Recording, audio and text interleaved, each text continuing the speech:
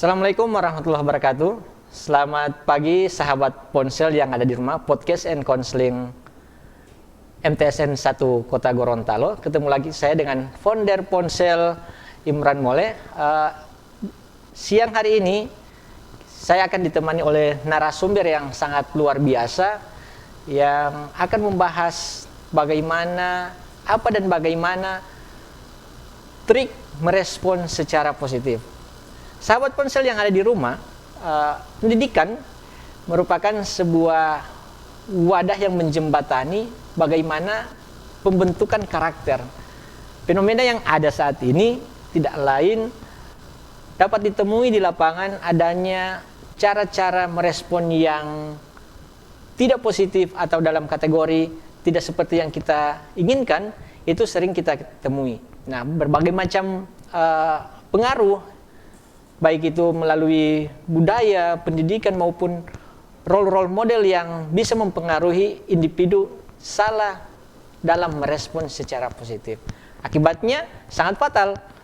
Apa saja, apa dan bagaimana akan kita bahas dengan narasumber kita yang saya sapa beliau Bapak Luki Husin, Magister Pendidikan Guru Agama Islam. Selamat siang Pak Luki. Ya. Selamat siang. Assalamualaikum warahmatullahi wabarakatuh. Waalaikumsalam warahmatullahi wabarakatuh. Jadi sahabat ponsel, dalam kesempatan kali ini sedikit saya gambarkan narasumber yang kita ajak bincang-bincang dalam ponsel Podcast and Counseling merupakan salah satu tenaga pendidik di MTSN 1 Kota Gorontalo.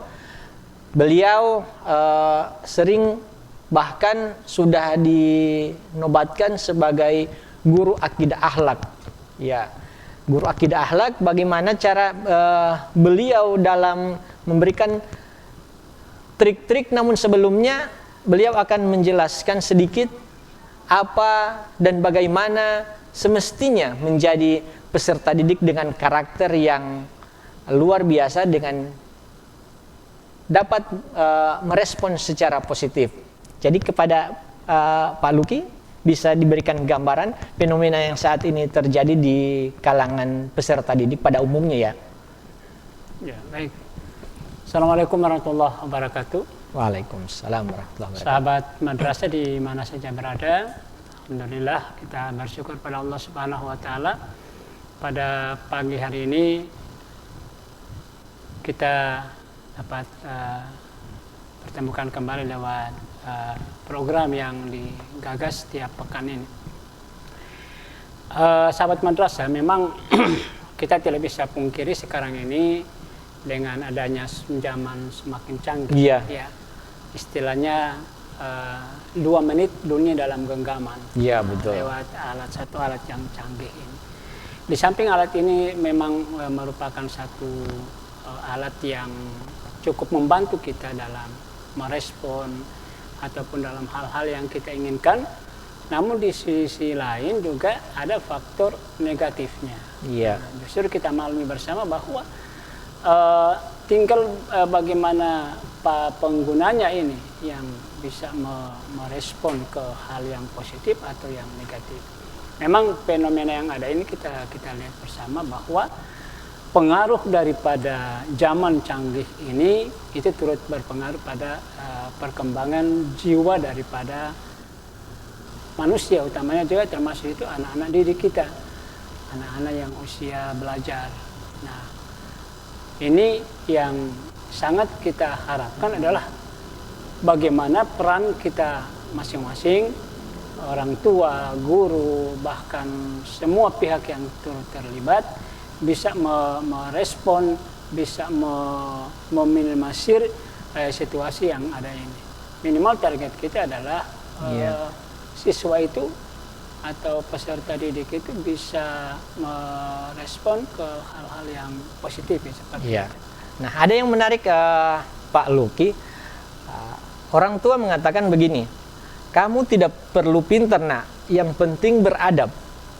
Nah, ini merupakan sebuah kegelisahan yang terjadi di kalangan orang tua, di mana dalam situasi pandemik seperti ini, terkadang motivasi anak-anak itu sangat kurang, sehingga orang tua meminta anak untuk belajar melalui informasi guru-guru mata pelajaran, itu terkadang respon mereka itu sangat tidak diharapkan. Bahkan ada yang langsung marah, dalam tanda kutip, aduh, persoalan belajar itu gampang mama, belajar itu ya nantilah.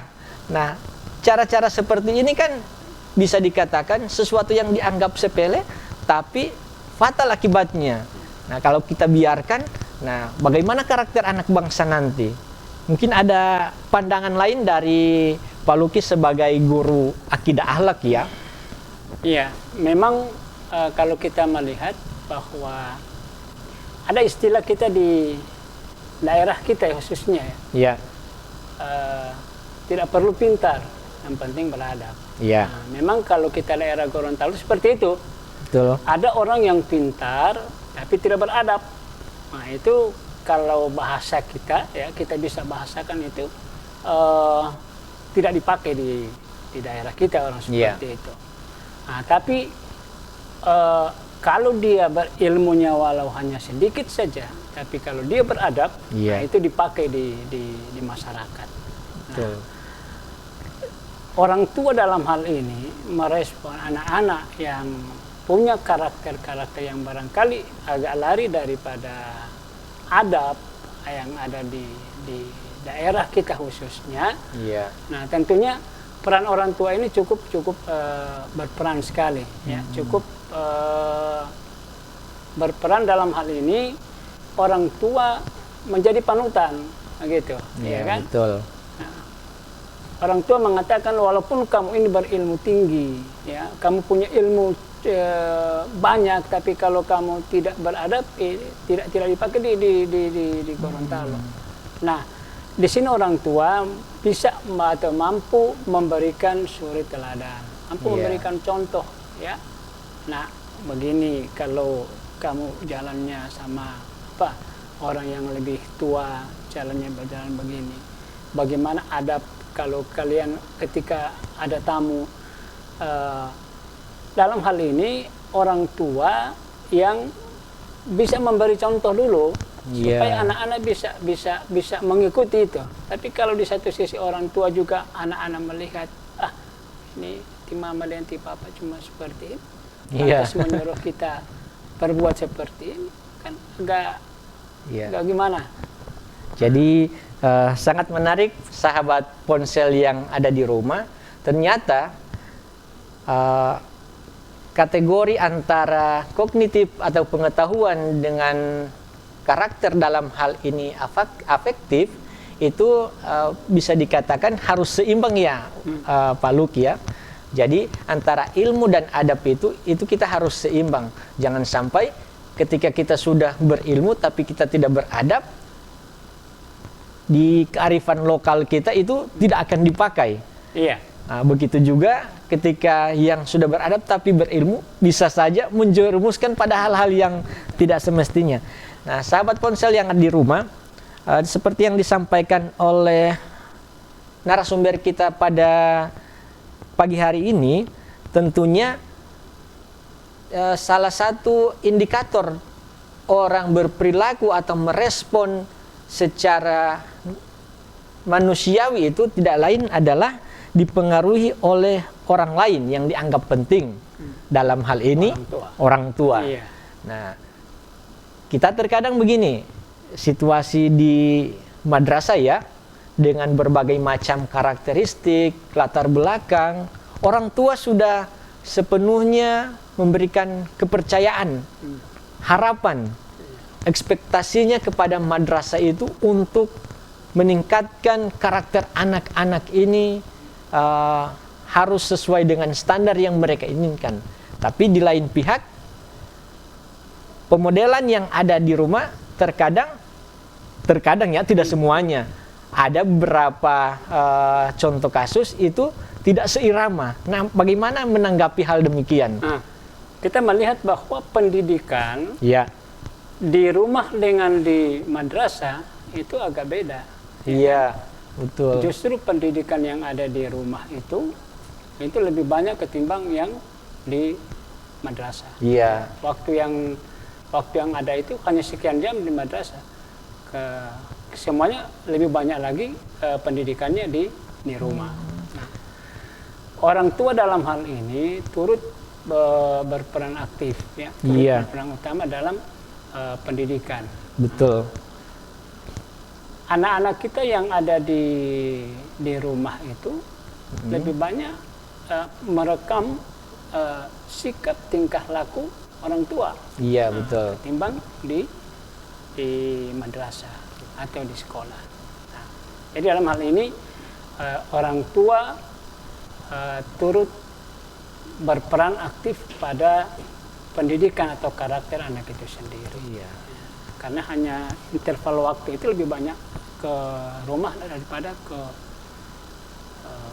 madrasah atau di sekolah. Ya, jadi sahabat ponsel yang ada di rumah, podcast and counseling madrasah ini merupakan sebuah layanan informasi juga.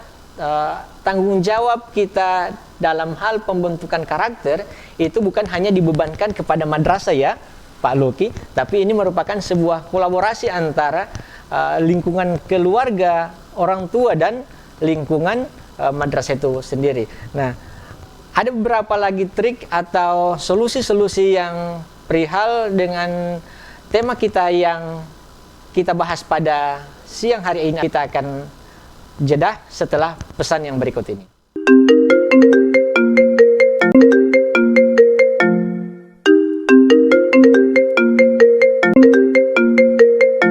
Sahabat ponsel yang ada di rumah, kepribadian terbentuk tidak lain adalah adanya pengalaman pribadi yang berikutnya dipengaruhi oleh orang lain. Yang ketiga, adanya pengaruh kebudayaan, media sosial, dan sebuah lembaga pendidikan. Oleh sebab itu, ketika kita sudah berkolaborasi, Pak Luki ya, sebagai orang tua dituntut untuk mengawasi sejak dia bangun sampai dia tidur kembali, begitu juga peran kita di madrasah dalam hal mengembangkan secara optimal karakter anak. Namun ada yang menarik, Pak Luki. Interval dari rumah ke sekolah ini secara normalnya ya, kita bicara fenomena yang sebelum COVID. Nah, interval dari rumah ke madrasah atau ke sekolah itu mereka melewati berbagai macam lingkungan yang di dalamnya berbagai macam juga karakter. Nah, bisa jadi mereka mendapat pengalaman yang positif. Contoh, ketika ada yang kecelakaan, saling membantu, saling memaafkan. Nah, ada juga yang merespon secara negatif, sampai dalam tanda kutip memaki, memukul dan sebagainya. Nah, kira-kira bagaimana tanggapan Pak Luki dengan track record pribadi siswa ini harus tangguh menanggapi berbagai macam karakter yang di lingkungan yang dihadapinya? Ya. Memang lingkungan rumah, ya, ketika anak itu kita beri pendidikan, kadang-kala juga anak itu dengan patuh, ya, tunduk, mendengarkan apa yang diberi nasihat, diberi contoh oleh orang tua. Namun di satu sisi, ketika dia sudah keluar dari rumah, seperti apa tadi yang disampaikan, dia sudah beradaptasi dengan lingkungan. Yeah. Nah, ini memang juga turut bisa berpengaruh. Iya, betul, ya, betul. Antara karakter yang sudah dibentuk oleh orang tua maupun lingkungan pendidikan. Nah, memang salah satu faktor yang bisa mempengaruhi mental atau jiwa anak itu adalah lingkungan, dan ini yang paling berpengaruh sekali. Iya. Iya. Pengalaman memang ketika anak kita beri pendidikan, istilahnya dia dengar. Iya. Mungkin karena ada rasa takut terhadap orang tuanya. Tapi di luar, apa yang kita sampaikan, apa yang sudah kita bentuk itu kadang-kadang itu tidak sepenuhnya. Ya, Nah, betul. ada dalam diri itu, cuma karena tadi faktor ketakutan, takut sama betul. orang tua. Di luar dia berbuat seenaknya. Tapi kalau melihat itu kembali kepada siswa itu sendiri, pribadinya sendiri. Ya. Ya, betul. Karena kita melihat juga ada anak yang di rumah dia bagus, di lingkungan pendidikan dalam hal madrasah itu di sekolah dia bagus, di lingkungan madrasah juga dia bagus. Ya. Nah, masyarakat menilai anak ini bagus. Betul. Ketika dia ada temannya yang mengalami kesusahan, dia membantu. Ada teman yang mengalami musibah, dia bantu. Masyarakat akan menilai siapa orang tuanya. Iya, betul. Ya kan? Faktor orang tua juga. Oh iya, ini anaknya si ini. Oh pantas. Ayahnya juga dulu begitu. Iya. Seperti itu. Anak itu lahir dia dalam keadaan bersih, Iya. putih. Ya. Betul. Kullu ladum alal fitrah. Anak itu adalah bersih. Orang tuanya lah yang menjadikan dia. Bisa jadi Nasara, bisa jadi Majusi, atau bisa jadi apa saja, itu tergantung orang tuanya. Iya. Anak walaupun dia berada di lingkungan yang kita lihat memang lingkungan ini cukup parah. Tapi kalau anak ini sudah dibentuk dari kecil oleh orang tuanya, insya Allah saya pikir dia tidak akan terpengaruh. Nah, ada hal yang menantang untuk kita sebagai tenaga pendidik maupun orang tua di masa pandemik seperti ini, di mana arus globalisasi yang menuntut kita mau tidak mau harus ikut serta peran serta dengan perkembangan ilmu teknologi ini. Nah, di dalam fenomena sosial untuk di kalangan remaja atau anak-anak itu adanya kebiasaan untuk game bermain secara online. Nah, dengan besarnya arus globalisasi ini, mereka mampu mencontohi budaya-budaya yang di luar daerahnya tersendiri. Ya, oke lah kalau kita mendapatkan budaya yang positif. Nah, contoh kasus, kadang dalam komunikasi mereka sementara bermain ya, dalam tanda kutip ada kode-kode tertentu atau bahasa-bahasa tertentu seperti anjir, kiri-kiri kanan, serang-serang. Nah, hal ini kan bukan seperti budaya kita, notabene kita berkiblat ke budaya timur dengan mengucapkan kata-kata yang positif, yang lemah lembut. Ini bagaimana kira-kira menurut Pak Luki dengan budaya yang semakin bebas kita update di media sosial, dengan game, dengan apa saja yang ada serba bebas, ini tidak lain mempengaruhi juga bagaimana anak-anak berperilaku untuk merespon secara positif itu sudah mulai terminimalisir.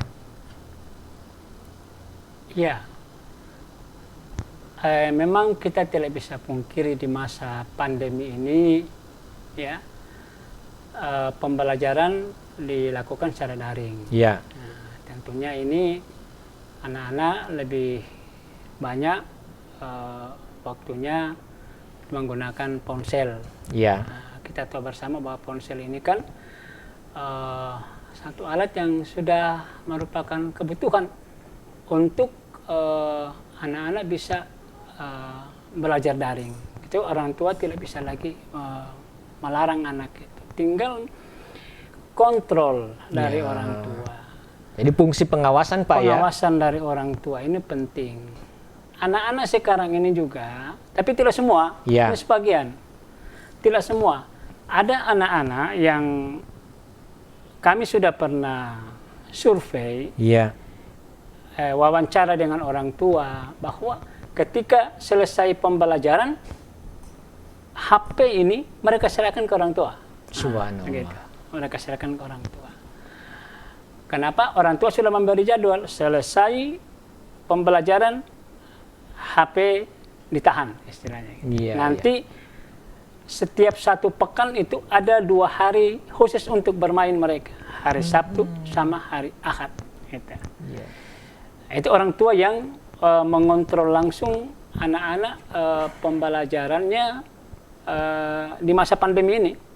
Tapi ada juga sebagian juga ya kita melihat orang tua yang sudah membiarkan begitu saja. Nah, disinilah kesempatan anak-anak. Nah, dan anak-anak juga sudah pintar. Nah, mari itu HP. Kan sudah selesai pembelajaran. Mak, ada tugas. Nah, karena itu tidak ada tugas. Jadi fungsi pengawasan ini mempengaruhi juga bagaimana anak-anak bisa merespon secara positif. Iya. Seperti itu. Jadi peran orang tua cukup berperan dalam situasi sekarang yang pandemi. Karena sepintas saya melihat ya di beberapa rumah tetangga itu ada permainan-permainan game yang tadi disampaikan. Betul. Bahkan mereka sudah sudah berjamaah. Iya, betul. Malah sudah berjamaah sampai keluar kata-kata seperti itu. Bahkan mereka sudah ada yang saling terjadi ketegangan dalam permainan seperti itu. Nah, kita tahu bahwa kalau sudah berjamaah begitu mereka bermain sudah ada hal-hal yang akan timbul yang tidak kita inginkan. Nah, jadi sekali lagi memang kembali lagi pada fungsi pengawasan daripada orang tua itu sendiri. Ya, jadi sahabat ponsel podcast and counseling di rumah. Sengaja kita meramu, membentuk acara ponsel ini tidak lain sebagai media edukasi dapat meminimalisir penggunaan ponsel-ponsel yang tanpa pengawasan di rumah. Jadi, sahabat ponsel yang ada di rumah, bagaimana cara kita merespon secara positif, tidak lain ini dibutuhkan sebuah pembiasaan, Ustadz ya, Pak Luki ya, pembiasaan baik dari orang tua itu sendiri, pada guru-guru, bahkan kepada lingkungan sosialnya bertanggung jawab untuk membentuk karakter bagaimana menjadi karakter yang dapat merespon secara positif. Mungkin terakhir dari narasumber kita dapat memberikan tips-tips atau penguatan-penguatan dapat memotivasi anak agar tidak mudah merespon secara negatif terhadap sebuah fenomena yang pada dasarnya setiap individu itu mempunyai pertahanan diri. Setiap individu tidak mau diserang. Nah, pada hakikatnya dalam menjalani kehidupan ini kita akan menemui fenomena-fenomena yang tidak secara langsung dapat kita rasakan kita itu diserang. Sehingganya hal ini dibutuhkan kata-kata penguatan atau motivasi dari narasumber kita. Kepada Pak Luki disilakan. Ya, terima kasih. Jadi sahabat madrasah di mana saja berada, khususnya juga bagi seluruh siswa ya. Dalam menanggapi situasi yang sekarang ini, tentunya beberapa hal yang saya sampaikan dalam hal ini, penggunaan atau kalimat-kalimat yang kurang efektif ini tolong dihindari. Dan setiap ada yang yang kelihatannya sudah hal-hal yang kurang bagus, itu bisa ditanyakan kepada saudara, kepada orang tua. Ini supaya untuk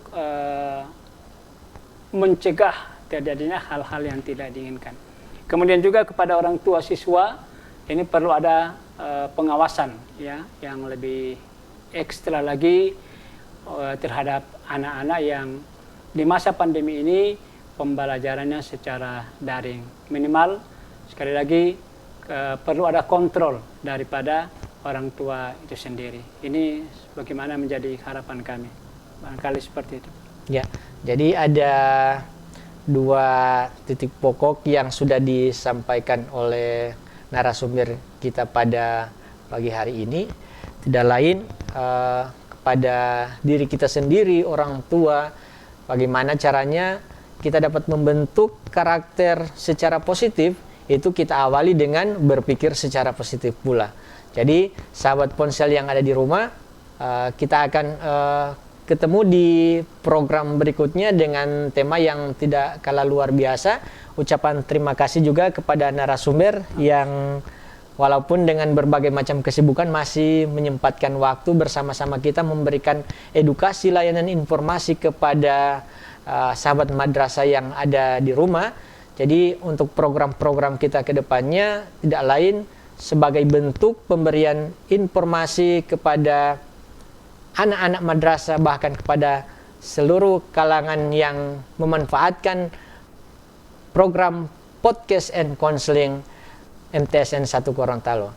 Mewakili kru yang bertugas, saya mengucapkan terima kasih dan titipan di akhir program, jangan lupa subscribe channel YouTube MTSN 1 Go TV, like dan komen akun FB MTSN 1 Go kepada teman-teman. Untuk lebih bagusnya lagi, silakan saran atau pendapat dari sahabat ponsel kami tunggu. Bye, assalamualaikum warahmatullahi wabarakatuh.